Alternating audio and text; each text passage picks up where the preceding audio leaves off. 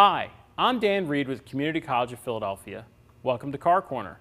Today, we're going to be talking about what happens on the inside of an internal combustion engine.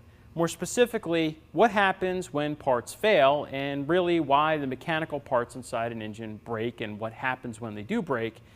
And it's interesting to note that all of the layers of the electronics that modern cars come with today, at their core, they still share the same exact basic parts that the original internal combustion engines did from the very first automobiles and gas engines ever produced.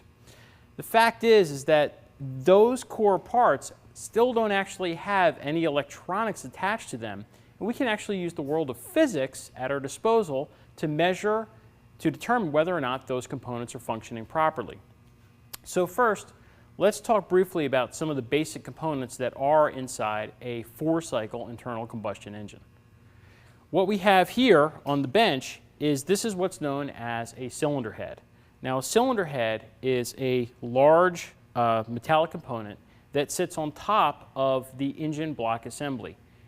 Inside the engine block assembly, we have things you may have heard of before, pistons and a crankshaft and an oil pump and things like that. Cars still have them, and they've always had them.